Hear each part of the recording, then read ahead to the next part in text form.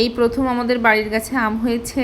আমাদের যেহেতু লবণ এলাকা, সেখানে খুব একটা আম গাছ কাঁঠাল গাছ তো হয়ই না বললে চলে, তেমন কোনো গাছ হয় না, যা হয় মারা যায় বছর 2 পরে।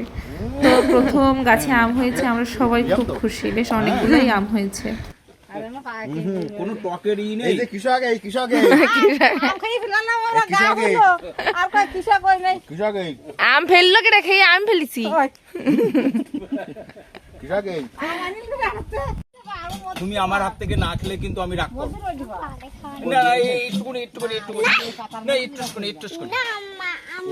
একটুকুনি ও মাখাই খাবে। এই নাও। আর শুধু তো আম খেলেই হবে না, তারপরে চলে আসছে পুকুরে স্নান করার জন্য। আর যেহেতু গ্রামে আসলে পুকুরে একটু ভয় পায়, তাই একজনের সঙ্গেই ওকে নামাতে হয়। তো জেদ করলো যে পুকুরে নেমে একটু স্নান করবে। আর আমারও মনে হয় যে গ্রামে এসে পুকুরে স্নান করা, একটু সাঁতার কাটানো শেখাটা খুবই দরকার। শহরে থাকলে তো আর এই সুযোগ সুবিধা থাকে না, তাই আমি চেষ্টা করি গ্রামে এসে একটু ওকে সাঁতার শেখানোর জন্য।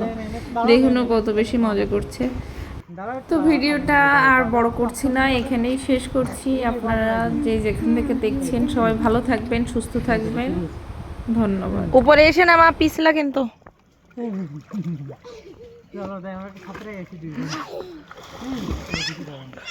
আমি সত্যি বলি না দাও তাহলে দিয়ে আমরা করিয়ে দাও